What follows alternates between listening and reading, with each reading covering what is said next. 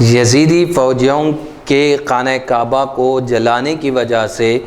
یزید کی تکفیر یعنی یزید کو کافر قرار دینا، جو اس نے حکم دیا تھا اپنی فوجیوں کو کہ خانہ کعبہ کو جلا دے، تو اس بنا پر یزید کو کافر قرار دینا کے بارے میں لکھا گیا کہ یزیدی فوجیوں کا خانہ کعبہ پر پتھر برسانا اور خانہ کعبہ میں آگ لگانا ایک سنگین جرم ہے، ایک بہت بڑا گناہ۔ اگر خانہ کعبہ کی توہین کے ارادے سے یا اس کی اہانت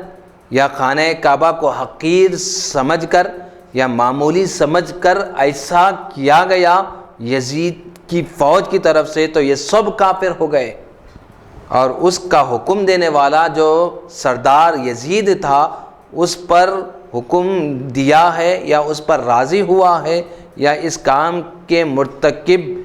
یقیناً بلا شبہ کافر ہے، اور ان کا کرنے والے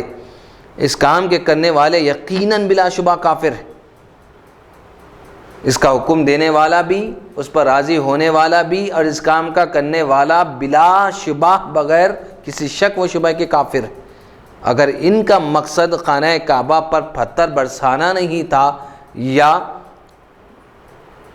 کچھ اور مقصد تھا، مقصد یہ تھا کہ ابن زبیر کو قتل کرنا تھا یا انہیں نشانہ بنانا تھا، لیکن پتھر خانہ کعبہ کو جا کر لگ گئے،